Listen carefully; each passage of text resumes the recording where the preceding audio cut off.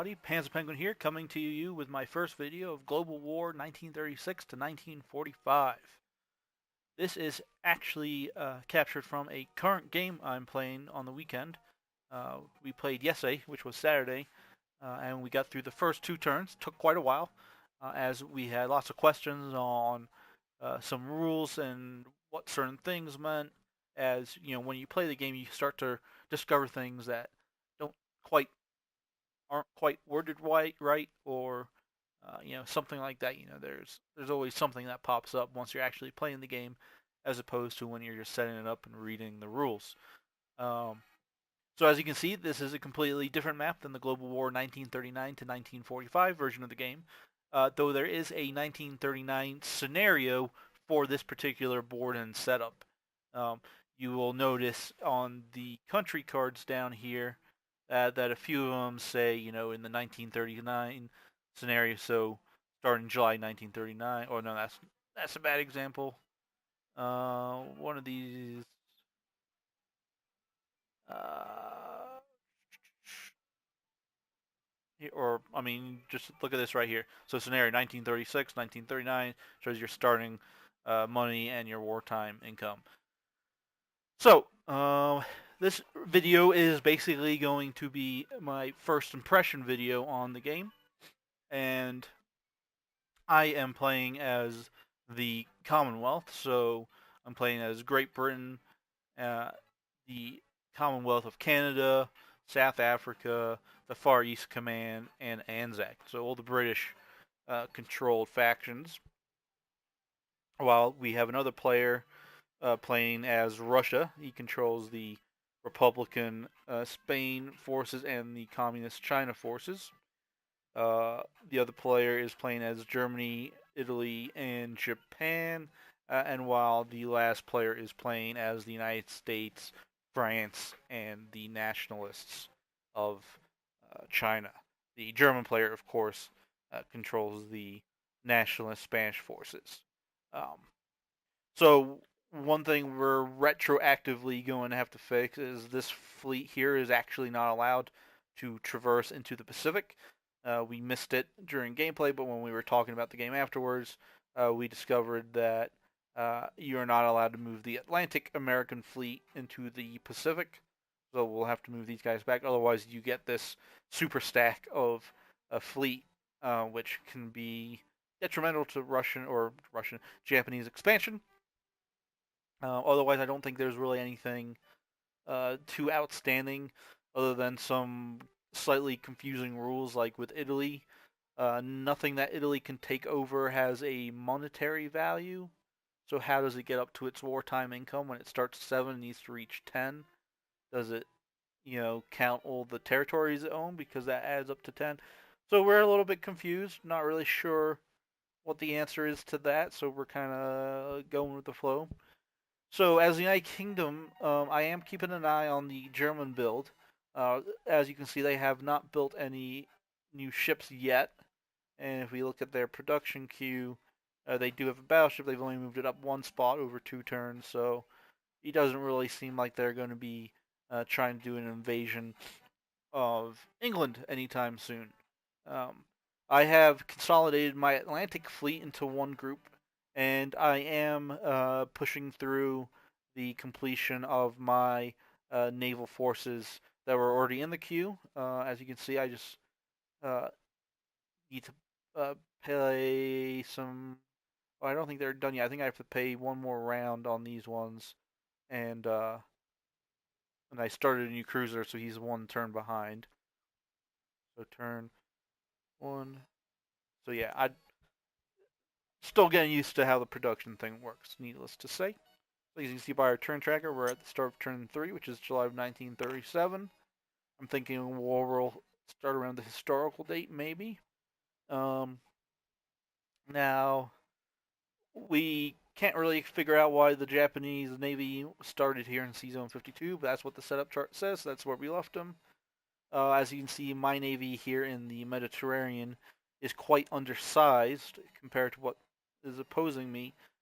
So I think what I am going to do is I'm going to move my Pacific fleet over there, because obviously they're not going to be big enough to take on the Japanese fleet. So why sacrifice the fleet when I could actually use it uh, with benefit over here, especially since I may move pretty much all my other ships down as well. Um, you know, I'm gonna have time to uh, read what the German player is doing and compensate for that. Over in France, pretty standard, I would imagine, build up of troops along the border. You want to cause as many casualties to the Germans as possible. Um, Germany is starting to liberate its little neighbors here, or activate them, whatever you want to call them. My one complaint about German strategy so far is that I feel like they need to be producing lots of ground units or air units each turn, whatever they can afford. Because right now, I mean, their army really isn't any bigger than France, and I mean, I just don't see them, uh, you know, strong enough to take this on right now. Um, the Russian player, I mean, we haven't really talked strategy in this game, to be honest, because everyone's so new to it. So we're kind of letting everybody do what they want. Um, and I guess there's still plenty of time, so it's kind of hard to be too critical right now. But I would, if I was playing as Russia, I'd definitely leave at least one infantry in each border territory right now, and probably, I don't know,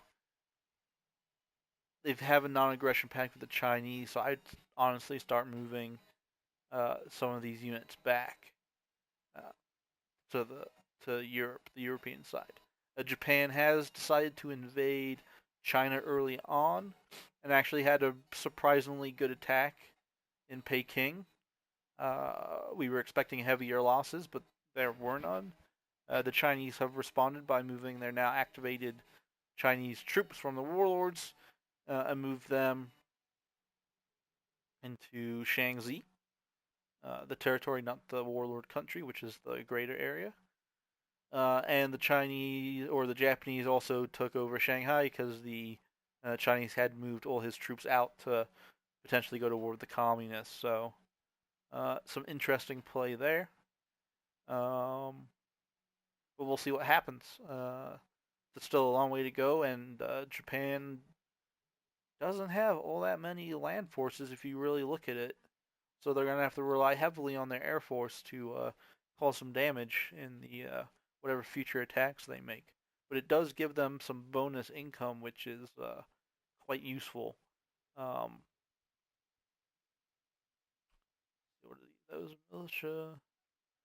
I'm not sure what to do with this transport here. I mean, do I evacuate India or do I send him? I probably should send him 1, 2, 3. Yeah, I probably send him or down to South Africa, because I can then build units in South Africa and transport them to India.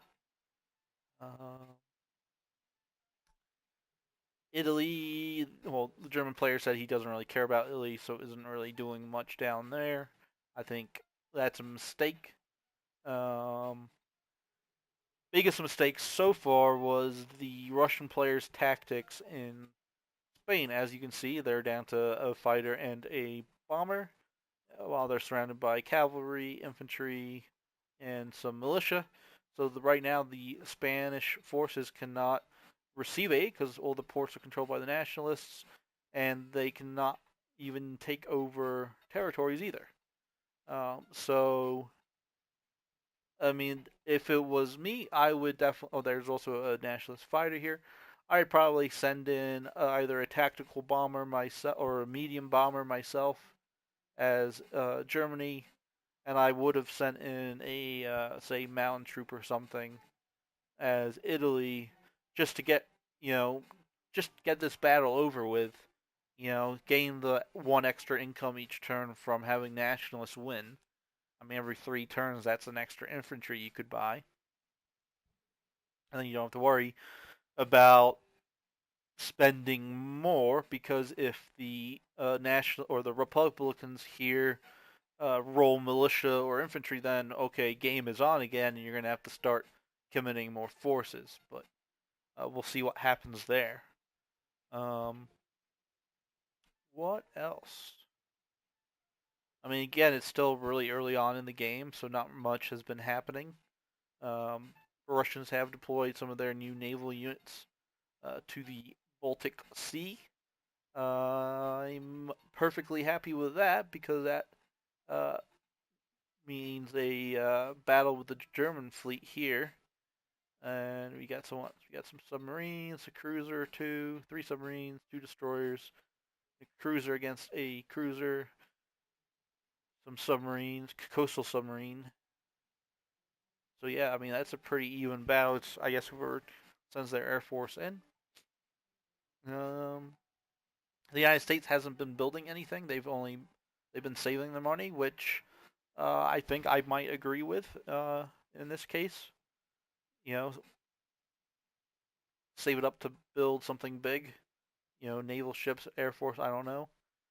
Um, so I guess in summary of what I've seen so far, and playing as the UK, I really all I had to do was just okay, build this and move that, and that's my turn. So most of the time was spent, discussing the rules and potential strategy.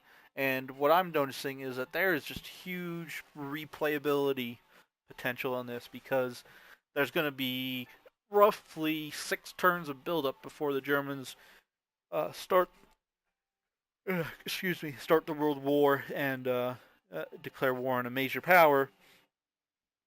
So you can quite literally purchase whatever units you want for whatever strategy you want and go from there. Um, there's like to me, it seems like there's just so many different ways you could play as Germany. Like you could save money and wait for medium tanks and then build a whole bunch of medium tanks, or go heavy with infantry and artillery for the beginning. To take over Poland and everything.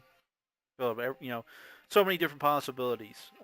Same with Japan. Do you do an early attack on China, or do you feign an attack on China in light of making an attack on uh, the British Indian area? Because I mean, they really don't have a whole lot here. Um, so yeah, I mean, lots of possibilities there. And then of course, the Allies. How do you respond to what you see your future enemies building and what they appear to be doing? So I'm looking forward to playing this game again this coming week.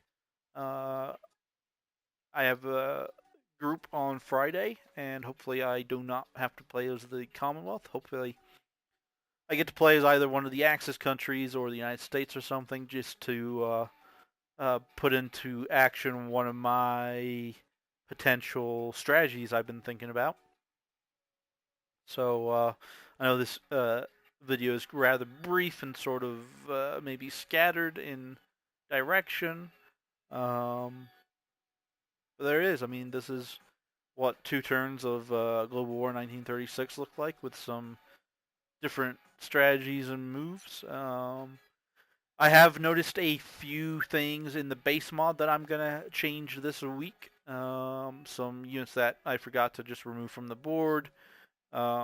Japanese Marines as opposed to the SNLF Marines. There's a difference between them. Um, Also, a missing minor factory in Calcutta. I was like, I'm pretty sure there's supposed to be a factory over here, and it wasn't on the map. So little things like that. I'm also going to work on recoloring the Spanish forces. Maybe make the nationalists gray and maybe keep the Republicans red. Also renaming them. Um, as you can see, the militia we just copied from France and didn't bother changing the color. But you just mouse over and it tells you who they belong to. So little things like that, just to further enhance and improve the mod. Hopefully, I can find someone to just go over and just double check all the setups I did to make sure everything is correct. When you spend as much time as I did setting all this up, making everything, you start frying your brain and you may miss things. So, uh, please subscribe to this channel and like this video and leave comments and questions. This is Panzer Penguin signing out.